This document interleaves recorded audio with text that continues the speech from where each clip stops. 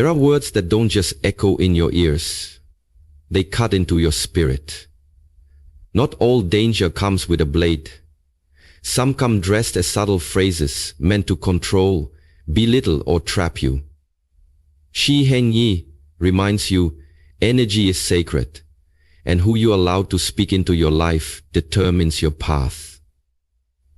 When someone says these 7 specific things, they're revealing more about their own inner darkness than your worth. Wisdom is not just knowing who to welcome, it's knowing when to walk away. Because the moment you tolerate the intolerable, you give permission for your power to be taken. If you hear these words, don't argue, don't explain, just walk away. Number 1, you're too sensitive. A phrase that pretends to be harmless but carries the weight of subtle emotional violence. It's not just a comment, it's a dismissal, a quiet erasure of your humanity, spoken in a tone that demands silence from your soul. When someone says this to you, they're not offering insight. They're trying to dictate how you experience life. They are telling you that your feelings are an inconvenience, that your reactions are flawed, and that your emotional truth is invalid. But here's what they don't understand. Sensitivity is not fragility, it is awareness. It means you notice shifts in energy, you feel tension in the air, you hear what others pretend not to say. That's not a flaw, that's a gift. It means your spirit is alive and attuned to your surroundings. The world doesn't need more people who numb their instincts or bury their emotions to make others comfortable. It needs more people who feel deeply, speak honestly, and live fully connected to the truth of their own experience. When someone tries to weaponize your emotional intelligence by calling it a weakness, understand that it's not your sensitivity that's the problem, it's their discomfort with their own lack of empathy. So don't shrink yourself. Don't dim the light that allows you to feel both pain and beauty more vividly than most. There is nothing wrong with you, and you do not need to become colder to be respected. The right people won't shame you for feeling, they'll value you for it. They'll protect your spirit, not crush it. So if someone says, you're too sensitive, don't internalize it. Don't argue. Just walk away. Because your peace is too precious to be negotiated with those who refuse to feel. Number 2, you'll never make it without me. These words may sound like concern or loyalty on the surface, but at their core, they are a calculated attempt to instill doubt and dependence. This is not the voice of someone who believes in your potential. It is the voice of someone who fears your power. It is not love speaking. It is fear cloaked in possessiveness. Fear that you will outgrow them, evolve beyond their influence, or discover your own strength and no longer need their validation. When someone utters this phrase, they are not protecting you. They are building a cage around you. And I hope I will come through the terror of being the only one. Using emotional blackmail as the lock. Shi Hang Yi teaches that true inner power is forged through detachment, the ability to walk alone without fear, to release the illusion that your worth is tied to anyone else's approval or support. When your growth threatens someone, it means they never truly supported you. They only tolerated your rise so long as it stayed beneath their comfort level. These words are spoken by those who feel small in their own lives and attempt to tether you to their limitations. But you must understand, your path is your own, and no one owns the blueprint to your future but you. Independence is not selfishness. It is clarity. You were not born to be emotionally indebted to those who fear your freedom. You were born to expand, to break through walls, to prove, first to yourself, that you can rise without permission. So when someone tells you, "You'll never make it without me," don't try to convince them otherwise. Don't beg for their blessing. Smile with quiet certainty and walk forward, because the moment you stop needing them is the moment you finally remember who you are. Number 3, that's just how I am. Deal with it. These words are not a declaration of authenticity. They are a shield for avoidance, a way of excusing poor behavior without the burden of responsibility. When someone uses this phrase, they are not standing in truth, they are standing in resistance. It is not strength to claim your flaws as permanent. It is fear disguised as pride. True authenticity is not refusing to change. It is having the courage to evolve. Shi Hang Yi teaches that life is a constant unfolding, and those who cling to their worst habits under the guise of identity are choosing comfort over growth, ego over transformation. Saying, "That's just how I am," is not a personality trait. It's a refusal to reflect, to take accountability, and to rise above past conditioning. It's the language of someone who expects the world to adapt to their dysfunction, rather than doing the inner work to heal what is broken. But the truth is, real relationships, whether personal or professional, cannot thrive where one person is committed to evolution and the other is committed to staying the same. Peace cannot exist in the presence of willful ignorance. Never tie your inner peace to someone who uses their immaturity as a permanent excuse. Love doesn't mean accepting harm under the banner of personality. Respect doesn't mean tolerating disrespect simply because someone refuses to grow. If someone continually hurts you and justifies it by saying deal with it, they are not revealing who they are. They are revealing that they have no intention of becoming better. And when someone refuses to grow, they expect you to shrink. Don't. Walk away with grace, not anger, because your peace, your growth, and your dignity are not negotiable. Please listen this carefully. After that I explain furthermore things. I kindly request all my viewers to please note that my channel's name is Peak Motivation and the official URL is www.youtube.com/@peakmotivationp6c. This is my original voice and content. If you come across any cheaters, liars, or fake people copying my speeches and uploading them on their own channels, please unsubscribe from them immediately and report their channel. Because God and Jesus hate liars and thieves, it is also our duty to reject and oppose such dishonest people. If you find my speeches inspiring, impressive, motivational, and spiritually awakening, then please support my channel by subscribing at www.youtube.com/@peakmotivationp6c, liking, sharing, and commenting on the videos thoughtfully. Thank you. May God's mercy be upon you wherever you are, and may you always remain under His protection and care. Amen. Now, let us move forward with today's speech. Number 4. Everyone else agrees with me.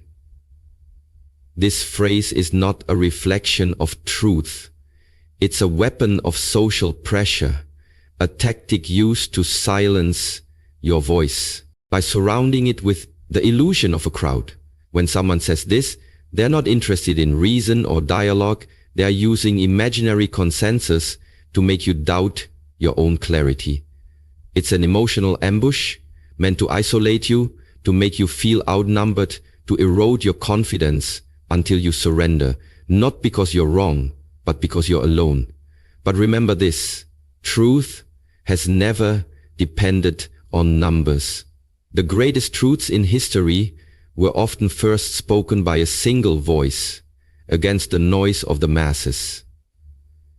Shi Hang Yi reminds you that wisdom is not loud, but grounded, not popular, but persistent. Just because a crowd agrees doesn't make something right. Herd mentality is easy.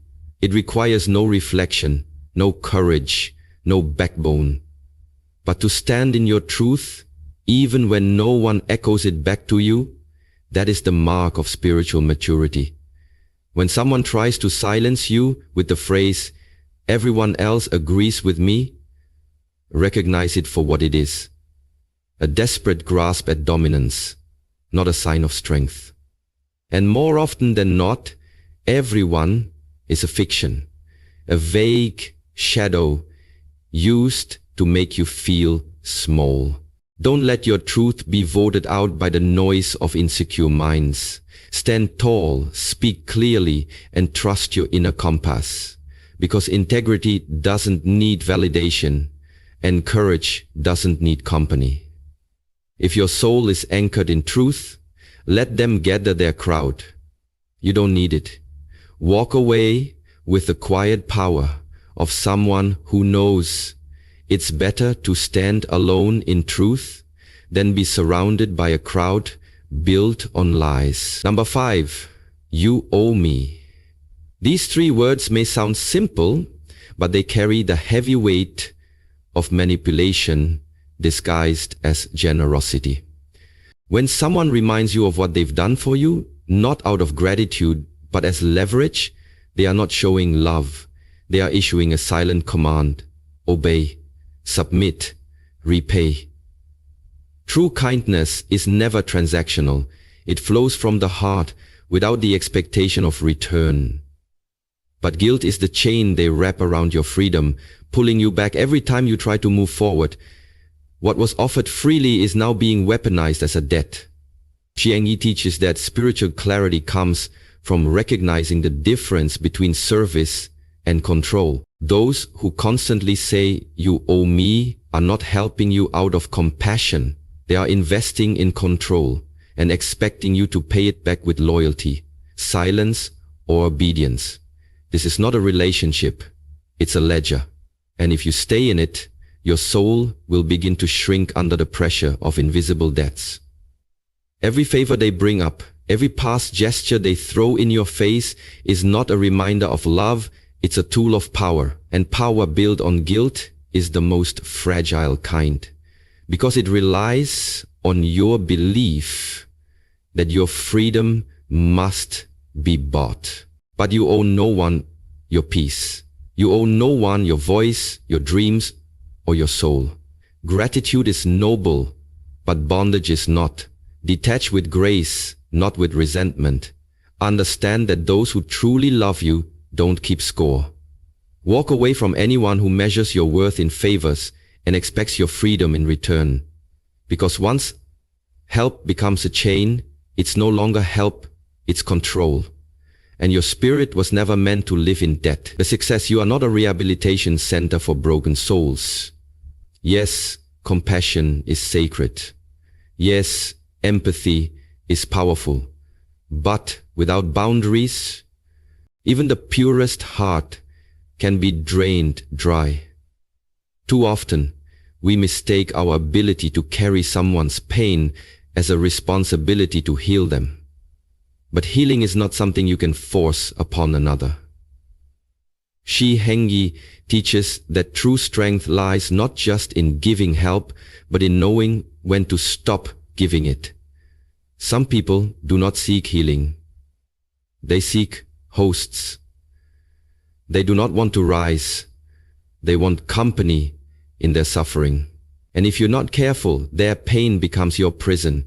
You begin to lose sleep over problems that aren't yours. You sacrifice your energy, your clarity, your peace, trying to patch wounds they refuse to tend themselves. But your soul was not born to be a lifeline for someone who has no intention of swimming. You are not cold for protecting your peace. You are wise. You are not selfish for saying no. You are aware. Help by nature must be mutual. one reaches and the other climbs. But if all you're doing is pulling, lifting and bleeding for someone who clings to their brokenness, you're no longer helping, you're enabling. There is a fine line between support and self-sacrifice, and once it's crossed, love turns into exhaustion. So respect your energy, preserve your light, let go of the belief that saving someone else is your purpose. You can care without carrying. You can love without losing yourself. The world needs your strength, but not at the cost of your sanity. Walk away when helping becomes harm, because your role is not to fix others, is to walk in your own healing and inspire others to rise by witnessing your peace. Number 7, walking away is not weakness, it's wisdom. In a world that glorifies endurance and romanticizes suffering, it takes immense inner strength to choose peace over chaos, to value your own soul enough to let go of what no longer serves it. People will tell you to stay, to keep giving, to fight harder, even when the battle is eating you from the inside out. But Shi Hang Yi reminds you that the strongest decision is often the quietest one. The moment you stop justifying your pain, stop trying to fix what others are committed to breaking, and simply choose yourself, you do not need to explain your worth to those who overlook it. You do not need to stay where your light is dimmed, your voice is dismissed, or your energy is drained. Walking away isn't about giving up, it's about waking up. It is the moment your spirit says, enough. Enough self-sacrifice, enough chasing clarity from confusion, enough building bridges to people who only burn them. When you walk away, you are not abandoning anyone, you are returning to yourself. You are reclaiming your power, your dignity, your peace. And yes, it may hurt, yes, it may feel like failure, but in truth, it is freedom. The kind that can't be given to you by anyone else. It is a sacred act of self-respect. Do not let the fear of being alone keep you bound to what breaks you. Silence is not surrender. Distance is not defeat. Walking away is a declaration that your inner peace matters more than anyone's opinion, approval, or chaos. And once you choose that, once you walk with your head high and your heart intact, you'll realize the greatest battles are not won by staying, but by having the courage to lead. So remember this, your time, your energy, and your peace are not open for negotiation. You were not created to live beneath guilt, manipulation, or emotional chains disguised as connection. When someone shows you who they are through words that wound, belittle, or control, believe them and walk away not with anger, but with clarity. Not to punish them, but to protect yourself, because silence can be power, detachment can be love, and walking away can be the highest form of self-respect. Let us now close with a prayer for wisdom, for peace, and for strength. May I have the courage to honor my worth even when others fail to see it. May I walk away from what no longer aligns with my truth, without fear or resentment. May my compassion be strong, but my boundaries even stronger. May I release the need to fix, to please, to prove, and instead rest in the stillness of knowing who I am.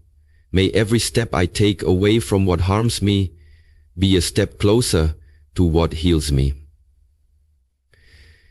And may I always remember, peace is not found in holding on, but in knowing when to let go. May I walk not with bitterness, but with grace, not in silence of defeat, but in the power of self-respect. I am free, I am whole, I am walking toward my highest self. Amen.